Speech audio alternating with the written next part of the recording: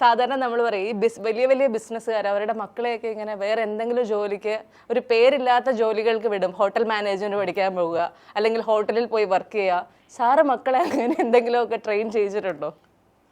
അങ്ങനെ ട്രെയിൻ ചെയ്തിട്ടില്ലെങ്കിലും ഇവർക്ക് 12th കഴിഞ്ഞതിന് ശേഷം ഇവർ ബാംഗ്ലൂർ പോകുന്നു, അവിടെ പഠിക്കുന്നു. അത് കഴിഞ്ഞ് ഗ്രാജുവേറ്റ് ചെയ്യുന്നു. അരുൺ എഞ്ചിനീയറിംഗ് ആയിരുന്നു.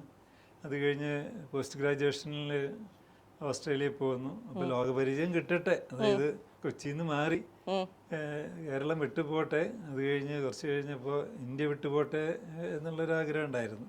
അത് സാധിച്ചു. അങ്ങനെ അവർ പോസ്റ്റ് ഗ്രാജുവേഷൻ കഴിഞ്ഞിട്ടാണ് തിരിച്ച് നമ്മുടെ ബിസിനസ്സിൽ ജോയിൻ ചെയ്യുന്നത്. അപ്പൊ പിന്നെ അങ്ങനെ ബിസിനസ്സിൽ ഞങ്ങൾ ആദ്യം ജോയിൻ ചെയ്യുമ്പോൾ ലോവർ ലെവൽ, ഞാൻ എക്സിക്യൂട്ടീവ് ഡയറക്ടർ ആയിട്ടാണ് ജോയിൻ ചെയ്തത്. ആദ്യം ടെക്നിക്കൽ, അതുപോലെ മിഥുനും എനിക്ക്. അതെ, അങ്ങനെ ആ സമയത്ത് വളരെ സ്ട്രിക്റ്റ് ആയിട്ടുള്ള ഒരു ബിസിനസ് ഫാദറിനെയാണോ കാണാൻ സാധിച്ചത്, അതോ വളരെ കെയറിംഗ് ആയിട്ടുള്ള ഒരു പാമ്പർ ചെയ്യുന്ന? രണ്ടെന്ന് വേണമെങ്കിൽ പറയാം. കാരണം ഡാഡി വളരെ സ്ട്രിക്റ്റ് ആണ് ബിസിനസ് കാര്യത്തിലൊക്കെ. പാമ്പറിംഗ് ഒന്നും പ്രതീക്ഷിക്കണ്ട ആണല്ലേ?